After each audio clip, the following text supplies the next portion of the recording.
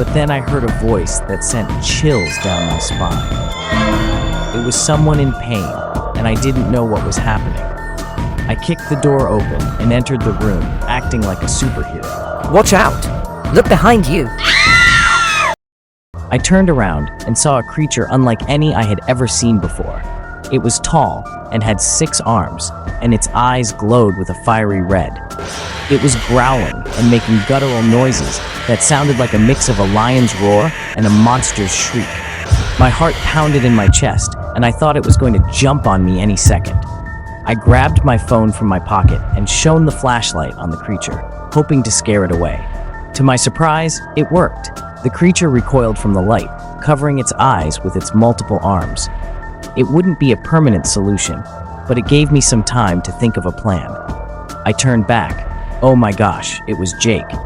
He looked battered and bruised, and I could see he was in a lot of pain. "What happened to you?" I asked. I fell into a trapdoor and ended up here, Jake explained. "We need to get out of here, but how?" I pondered aloud. Jake's eyes suddenly lit up.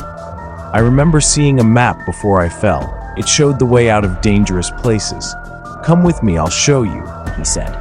We walked through the darkness, with the creature trailing us. Every time it got too close, I would shine the flashlight on it, and it would back away. We eventually arrived at a room with a map on the wall. "Here it is," Jake exclaimed, pointing at the map. "We need to go through this door and down the hallway. It will lead us to an elevator that will take us to an exit to somewhere." We followed the map and eventually arrived at the elevator. It was old and rusty, but it worked. We pressed the button and waited for what felt like an eternity. The creature was getting closer, and I knew we had to act fast. The elevator finally arrived, and we quickly got in. The creature followed us and was about to jump in the elevator. As the elevator was closing up, the creature got closer. My heart was beating faster as the monster was gaining on us every second. Come on, I yelled as the elevator was about to shut. Just as the elevator was closing, my heart settled down, but suddenly, the creature got one of his hands inside the elevator.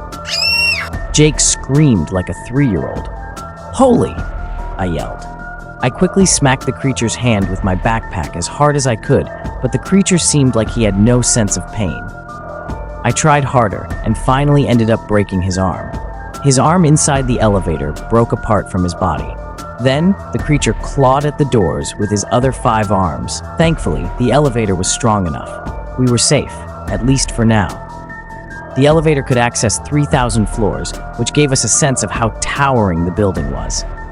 "Hold on a second," Jake asked me. "Will we be back to reality if we go to first floor?" "That's brilliant," I replied. It took us 30 long, boring minutes from floor 28888 to the first floor. When the door opened, we were filled with hope. If the first floor wasn't the exit to the real world, it would take me so much longer to find an extra triangular box. Jake seemed to sense my listlessness. "It's fine, Steven. Now we're back together, and teamwork is always more efficient and powerful than working alone." "Yeah, you're right. Let's work hard together and find our way out," I replied. We walked out of the elevator. It was burning hot on this floor, just like an oven. Both Jake and I had no idea why. Then I realized something and yelled, "This is f***ing 3,000 floors underground. Let's get the f*** back up." However, it was no longer there when we turned back towards the elevator. "Ah, crap!"